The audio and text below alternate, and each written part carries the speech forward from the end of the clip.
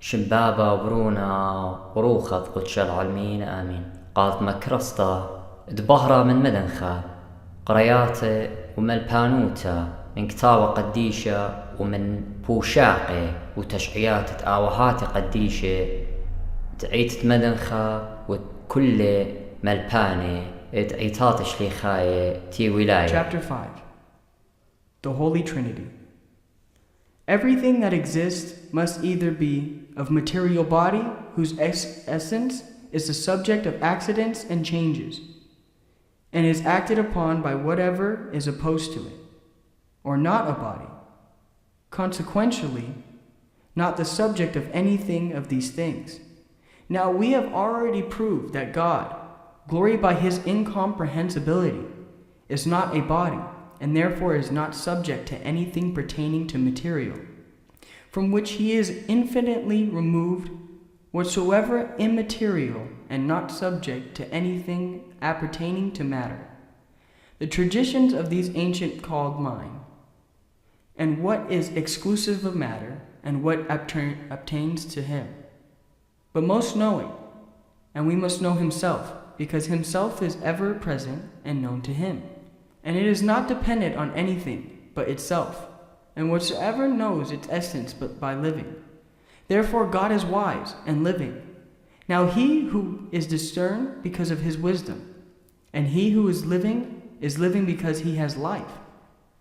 This is the mystery of the Trinity, which the Church confesses of the adorable nature, mind, wisdom, and life. Three co-essential properties in one, and one who is glorified in three properties. The mind, also the Church, has called the Father and Begetter because he is the cause of all and first. The Son has called wisdom and begotten because he is begotten of the mind and by everything that has made and created.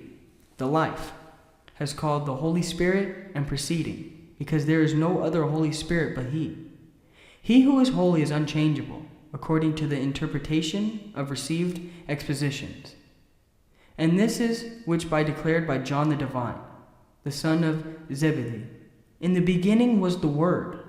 This is what he referred to in John 1st chapter, the 1st verse. And the life is the light of men. This is where he referred in John chapter 1, verse 4. Now in the manner of soul, which is possessed of threefold energy, mind, word, and life, and in one and not three. Even so should we conceive that 3 in 1, 1 in 3. The sun also, which is one of its disk, radiance, and heat, is another smile adduced by the second theologist Paul, the chosen vessel, which is referred to in Acts chapter 9, verse 15. He is the brightest of his glory, and the express image of his being, which you can find in Hebrews chapter 1, verse 3. And again, Christ the power of God, and the wisdom of God, which you can find in Corinthians chapter 1, verse 24. Further, everything that exists is either an accident or substance, but the self-existence can in no way be prone to accident. Therefore, these three properties are on this account called konome, or substance, and not accidental powers. Nor do they change minds in nature or not plurality. For he is mind, same he is wisdom, and the same he is the life. Whoever begat without concession, and put forth, makes to proceed without removal from himself. These things are infinitely removed from himself and from him, for there is no real likeness between created natures and nature of externally existing. And a simile does not in everything resemble that which is compared by it. For then the simile and that which is compared by it would be itself. And we would not be unlike the men who attempts to compare a thing by the selfsame thing. The mystery of the Trinity expressed in words of the Old Testament. Let us make man in our own image, after our own likeness. The occurrence of the letter nun, which you can find in Genesis chapter 1, verse 26. 3 times in this sentence is an indication of the Trinity, the Holy Thrice, repeated in the hymn as mentioned by Isaiah.